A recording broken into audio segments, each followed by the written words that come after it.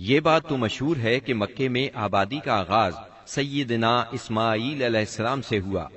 آپ نے 137 سال کی عمر پائی اور تاحیات مکے کے سربراہ اور بیت اللہ کے متولی رہے۔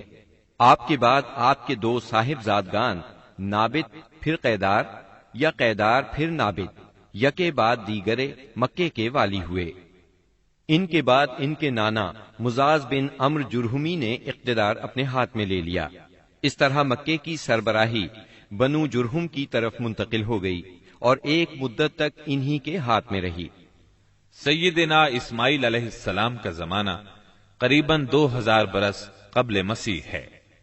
اس حساب سے مکے میں قبیلہ جرہم کا وجود کوئی 2100 برس تک رہا اور ان کی حکمرانی قریباً 2000 برس تک رہی۔ بنو خزاعہ نے مکہ پر قبضہ کرنے کے بعد بنو بکر کو شامل کیے بغیر تنہا اپنی حکمرانی قائم کی۔ البتہ 3 اہم اور امتیازی منصب مضری قبائل کے حصے میں آئے۔ نمبر 1، حاجیوں کو عرفات سے مزدلفہ لے جانا اور یوم النفر یعنی 13 ذی الحجہ کو مینا سے روانگی کا پروانہ دینا۔ یہ حج کے سلسلے کا آخری دن ہے۔ یہ اعزاز الیاس بن مضر کے خاندان بنو غوث بن مرہ کو حاصل تھا۔ یہ صوفہ کہلاتے تھے۔ نمبر 2، 10 ذی الحجہ کی صبح کو مزدلفہ سے مینا کی جانب افاضہ یعنی روانگی۔ یہ اعزاز بنو ادوان کو حاصل تھا۔ نمبر 3، حرام مہینوں کو آگے پیچھے کرنا۔ یہ اعزاز بنو کنانہ کی ایک شاخ بنو تمیم بن عدی کو حاصل تھا۔ مکہ معظمہ پر بنو خزاعہ کا اقتدار کوئی 300 برس تک قائم رہا۔ یہی زمانہ تھا جب ادنانی قبائل مکے اور حجاز سے نکل کر نجد، عراق کے اطراف اور بحرین وغیرہ میں پھیلے اور مکے کے اطراف میں قریش کی صرف چند شاخیں باقی رہیں، مگر مکے کی حکومت اور بیت اللہ کی تولیت میں ان کا کوئی حصہ نہ تھا، یہاں تک کہ قصی بن کلاب کا دور آیا۔ قصی نے مکے کا بندوبست اس طرح کیا کہ قریش کو مکے کے اطراف سے بلا کر پورا شہر ان پر تقسیم کر دیا اور ہر خاندان کا ٹھکانہ مقرر کر دیا۔ البتہ مہینے آگے پیچھے کرنے والوں کو نیز آل صفوان، بنو ادوان اور بنو مرہ بن عوف کو ان کے مناصب پر برقرار رکھا، کیونکہ قصی سمجھتا تھا کہ یہ بھی دین ہے، اس میں رد و بدل کرنا درست نہیں۔ قصی کا ایک کارنامہ یہ بھی ہے کہ اس نے حرم کعبہ کے شمال میں دار الندوہ تعمیر کیا۔ اس کا دروازہ مسجد کی طرف تھا۔ دار الندوہ دراصل قریش کی پارلیمنٹ تھی، جہاں تمام بڑے بڑے اور اہم معاملات کے فیصلے ہوتے تھے۔ قریش پر دار الندوہ کے بڑے احسانات ہیں، کیونکہ یہ ان کے اتحاد کا ضامن تھا اور یہیں ان کے الجھے ہوئے مسائل احسن طریقے سے طے ہوتے تھے۔ قصی کو سربراہی اور عظمت کے یہ مرتبے حاصل تھے۔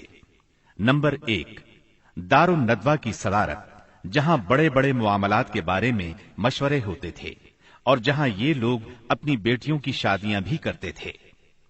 نمبر 2، لوا یعنی جنگ کا پرچم قصی ہی کے ہاتھوں باندھا جاتا تھا۔ نمبر 3، حجابت یعنی خانہ کعبہ کی پاسبانی۔ اس کا مطلب یہ ہے کہ خانہ کعبہ کا دروازہ قصی ہی کھولتا تھا۔ خانہ کعبہ کی خدمت اسی کے ذمے تھی، چابی بردار بھی وہی تھا۔ نمبر 4، سقایا یعنی پانی پلانا۔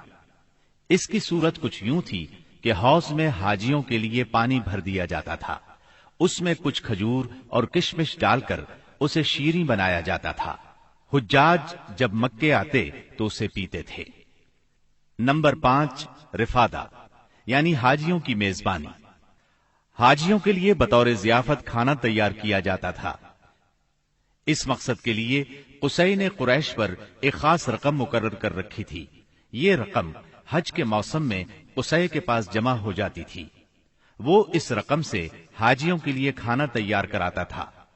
جو لوگ تنگ دست ہوتے یا جن کے پاس توشہ نہ ہوتا وہ یہی کھانا کھاتے تھے۔ ان کے علاوہ کچھ اور عہدے بھی تھے جنہیں قریش نے آپس میں تقسیم کر رکھا تھا۔ ان کی تفصیل یہ ہے۔ نمبر 1، ایسار یعنی فال گیری، قسمت کا حال دریافت کرنے کے لیے بتوں کے پاس جو تیر رکھے رہتے تھے ان کی تولیت، یہ منصب بنو جمح کو حاصل تھا۔ نمبر 2، مالیات کا نظم یعنی بتوں کا تقرب حاصل کرنے کے لیے جو نذرانے اور قربانیاں پیش کی جاتی تھیں ان کا انتظام کرنا، جھگڑوں اور مقدمات کا فیصلہ کرنا، یہ کام بنو سہم کو سونپا گیا۔ نمبر 3، شورا، یہ اعزاز بنو اسد کو حاصل تھا۔ نمبر 4، اشناق یعنی دیت اور جرمانوں کا نظم، اس منصب پر بنو تیم فائز تھے۔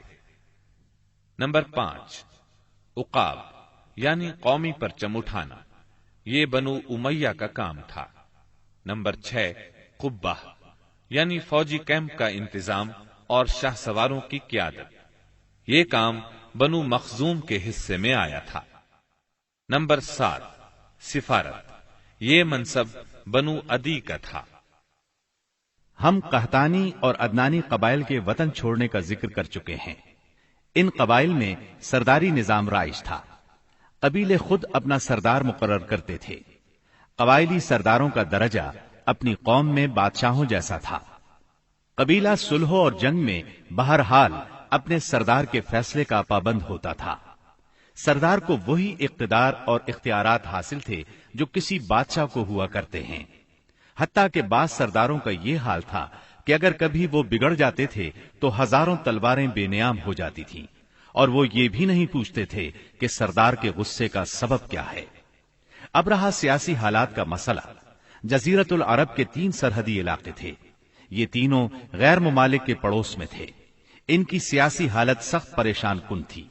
وہاں انتشار کی کیفیت تھی، صورتحال زوال پذیر تھی۔ انسان مالک تھا یا غلام، حاکم تھا یا محکوم، بس انہی 2 طبقوں میں بٹا ہوا تھا۔ تمام تر فوائد سربراہوں کو، خاص طور پر غیر ملکی سربراہوں کو حاصل تھے، اور سارا بوجھ غلاموں کے سر تھا۔ وہ طرح طرح کے ظلم و ستم برداشت کرتے تھے، زبان نہیں کھول سکتے تھے کیونکہ حکمرانی جبری تھی۔ انسانی حقوق نام کی کسی چیز کا دور دور تک وجود نہیں تھا۔